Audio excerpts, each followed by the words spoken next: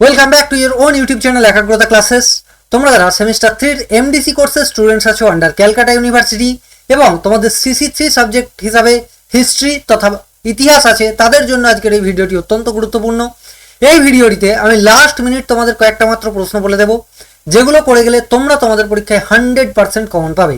বলা চলে আজকের এই ভিডিওটিতে আমি যে প্রশ্নগুলো দেখাবো এই প্রশ্নগুলোই অ্যাজ ইট ইজ তোমরা তোমাদের পেপারে দেখতে পাবে।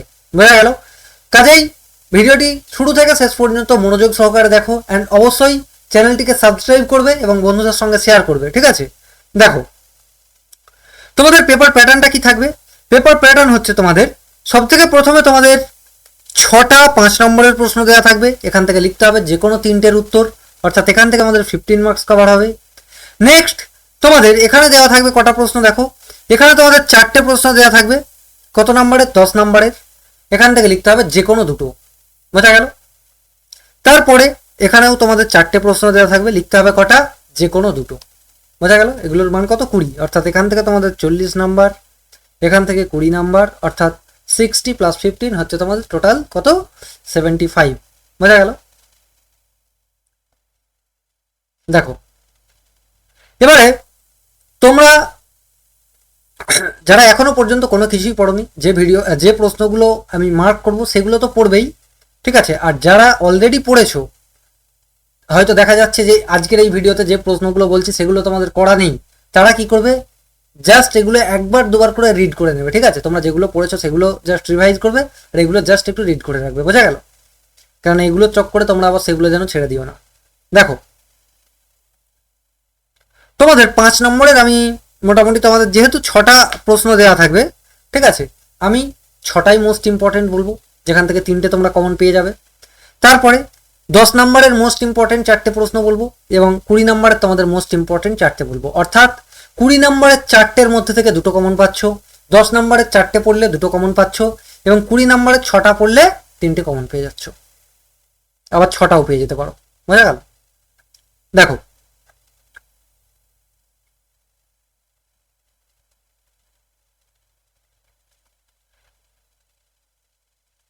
দেখো সব থেকে প্রথমে একটা প্রশ্ন আমি রেখেছি, যে প্রশ্নটা তোমাদের জন্য মোস্ট ইম্পর্টেন্ট, সেটা দেখো। গুপ্ত যুগকে সুবর্ণ যুগ বলা কতটা সঙ্গত, যুক্তি সহ বিচার করো। এই প্রশ্নটা 100% তোমাদের পরীক্ষায় আসছে। এই প্রশ্নটা কি 100% আসছে তোমাদের পরীক্ষায়। আসার সম্ভাবনা 20 নম্বরেই বেশি, তোমরা 20 নম্বরের জন্যই করবে। বাই এনি চান্স এটা মানে চেঞ্জ হতে পারে, হয়তো 10 নম্বরেও চলে যেতে পারে। বোঝা গেল? তারপর দেখো ধর্মশাস্ত্র অনুযায়ী প্রাচীন ভারতের নারীর সম্পত্তির অধিকার ও বিবাহ ব্যবস্থার একটি চিত্র। এই প্রশ্নটা মোস্ট ইম্পর্টেন্ট, এই প্রশ্নটাও আসছে তোমাদের পরীক্ষায়। বোঝা গেল? অর্থাৎ এখান থেকে যে দুটো প্রশ্ন বলা হলো দুটোই আসছে তোমাদের পরীক্ষায়। দেখো এই যে প্রশ্নটা এখানে আছে, এই এই দুটো প্রশ্নকে মার্জ করে পড়া যেতে পারে। যে ধর্মশাস্ত্র অনুযায়ী প্রাচীন ভারতের নারীর সামাজিক মর্যাদা নিরূপণ করো, নারীর অবস্থান। 3টে প্রশ্নের উত্তর একটাই হবে। সেই উত্তরটা কি? তোমরা যদি শুধু স্পেসিফিকভাবে এই কোয়েশ্চেন্সটার অ্যান্সার তোমাদের রিকোয়ার্ড হয়, সেটা তোমরা কমেন্ট করো এবং আমার এই নাম্বারে টেক্সট করো, তোমাদের ফ্রি অফ কস্টে অ্যান্সারটা প্রোভাইড করে দেওয়া হবে। নেক্সট দেখো মৌর্য সাম্রাজ্যের পতনের কারণ 100% আসছে। অর্থাৎ প্রথমেই আমি 3টে প্রশ্ন বললাম, এই 3টা 100% আসছে, লিখে নাও। 20 অথবা 10। তারপর দেখো এটা জাস্ট রিড করে রাখবে, এটা গতবার এসেছিল অশোকের ধর্মের চরিত্র। ঠিক আছে, তোমাদের এবার এটা কি চেঞ্জ করে দিতে পারে, ধর্মের রাজনৈতিক দর্শন আলোচনা করো, এই ধরনের অ্যান্সার সেম হবে।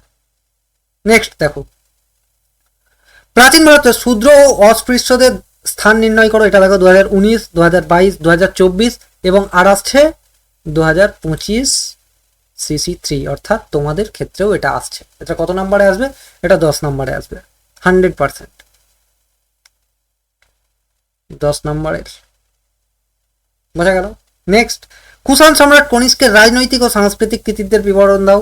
100% আসছে, এটা 20 নম্বরে। পল্লব স্থাপত্য শিল্প তোমরা একটু জাস্ট রিড করে রাখবে। প্রাচীন ভারতের দাস ব্যবস্থা জাস্ট রিড করবে, এটা একটু গুরুত্বপূর্ণ। তোমাদের এখানে দাস ব্যবস্থার সম্পর্কে একটা টিকা দিয়ে দিতে পারে। ঠিক আছে, যে প্রাচীন দাস ব্যবস্থা সম্পর্কে একটা টিকা লেখো, জাস্ট এইভাবে তোমাদের দিয়ে দেবে। 11 নম্বর প্রশ্নটা দেখো, জাস্ট রিড করবে। এই প্রশ্নটা তোমাদের জন্য গুরুত্বপূর্ণ 10 নম্বরের জন্য। দাদা আপনি তো সবই গুরুত্বপূর্ণ বলছেন। দেখো যেগুলো বেশি গুরুত্বপূর্ণ আমি সেই প্রশ্নগুলোই শুধু পড়ছি এবং দাগ দিচ্ছি। দেখো, শক ক্ষত্রপ রুদ্রদ্রমণের শাসনকালে শক সাতবাহন সংঘর্ষের বিবরণ দাও। 100% আসছে 10 নম্বরে। তাহলে কটা প্রশ্ন হলো দেখো, এখান থেকে তোমাদের 1টা 2টো 3টে 4টে 5টা 6টা। দেখো আমি বলেছিলাম কি সরি 6টা, এখনো 2টো দিতে বাকি আছে, অর্থাৎ 10 এবং 20 মিলিয়ে। দেখো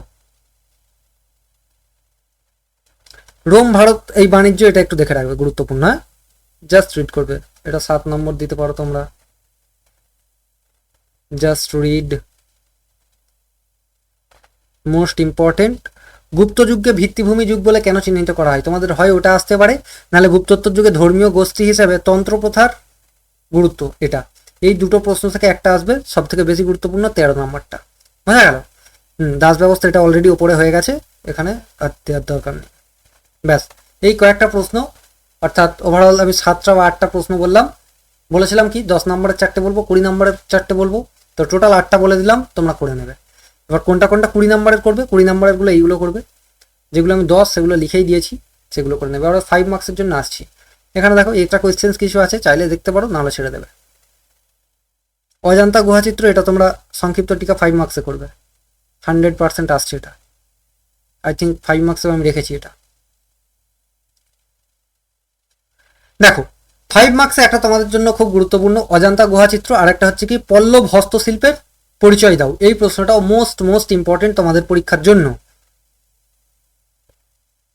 5 নম্বরে 6টা প্রশ্ন বলবো বলেছি, অর্থাৎ একটা হলো অজান্তা, একটা হলো পল্লব স্থাপত্য শিল্প, কৌটিল্যের অস্ত্রশাস্ত্রটা, এটা জাস্ট রিড করে রাখবে।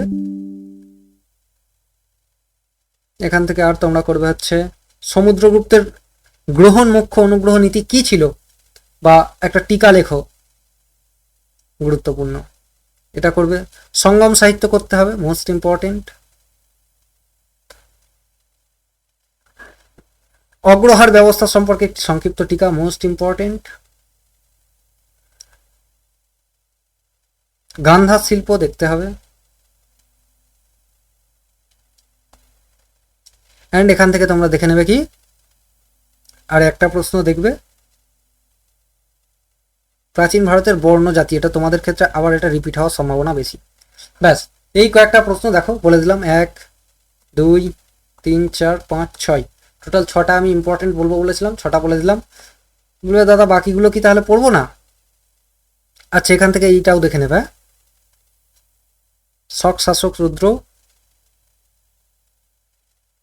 আর এই শক সাতবাহন, এটা অলরেডি উপরে হয়ে গেছে, তবু এখানে দাগ দিয়ে দিলাম। ব্যাস, এই কয়েকটা প্রশ্ন তোমরা যদি দেখে নাও, তোমাদের 20 নম্বর 10 নম্বর 5 মার্কস 100% কমন পাচ্ছ। বোঝা গেল? আশা করি সমস্ত কিছু বোঝা গিয়েছে। যদি কোনো কিছু কোয়ারিজ থেকে থাকে অবশ্যই সেটা তোমরা কমেন্টে জানাও। অ্যান্ড এই পিডিএফটা কিভাবে পাবে? পিডিএফটা পেতে গেলে কিছুই না, তোমরা জাস্ট কমেন্ট করবে কি, কমেন্ট তো করবে পিডিএফ, অ্যান্ড টেক্সট করতে হবে কি নিজের নেম, কলেজ নেম, অ্যান্ড কি, অ্যান্ড তোমরা লিখবে হচ্ছে কি হিস্ট্রি CC3 পিডিএফ। জাস্ট এতটুকু লিখবে, তোমাকে এই কোয়েশ্চেন্সের পিডিএফটা ফ্রি অফ কস্টে প্রোভাইড করে দেওয়া হবে। এই 3টে নম্বরের যে কোনো একটিতে তোমরা টাইপ করে সেন্ড করে দেবে। বোঝা গেল? আশা করি সমস্ত কিছু বোঝা গিয়েছে। যদি কোনো কিছু কোয়ারিজ থেকে থাকে অবশ্যই সেটা কমেন্টে জানাবে। অ্যান্ড আরেকটা তোমাদের কাছে রিকোয়েস্ট বলতে পারো, বড় দাদা হিসাবে এমনি বলতে পারো। দেখো তোমরা যারা সাজেশনস দেখছো, তোমাদের এক্সামের পরে, অর্থাৎ এক্সাম কেমন হচ্ছে 100% কমন তো পাবে, এটা 100% শিওর, ঠিক আছে? তো এক্সামটা তোমাদের কেমন হচ্ছে সেটা অবশ্যই তোমরা কমেন্টে জানাও, বা তোমরা এই নাম্বারগুলোতে টেক্সট করতে পারো যে তোমাদের এক্সাম কেমন হয়েছে। এক্সামটা তোমাদেরই অবশ্যই, ঠিক আছে, কিন্তু তোমাদের জন্য এই যে পরিশ্রম করা হয়, তোমার জন্য যে করা হয়, এগুলোর জন্য আমরাও একটু আশা নিয়ে থাকি যে তোমরা কেউ জানাবে, ঠিক আছে? অনেক স্টুডেন্টস আমাকে টেক্সট করে পার্সোনালি যে দাদা আমার এক্সাম এই ভালো হয়েছে, কেউ কোয়েশ্চেন শেয়ার করে, ঠিক আছে? তো তাই যারা করো না তাদের উদ্দেশ্যে বলছি, তোমাদের এক্সাম কেমন হয়েছে তোমরা সেটা জানানোর চেষ্টা করবে। আশা করি বোঝা গিয়েছে। থ্যাংক ইউ, অ্যান্ড অবশ্যই চ্যানেলটি সাবস্ক্রাইব করে পাশে থেকো।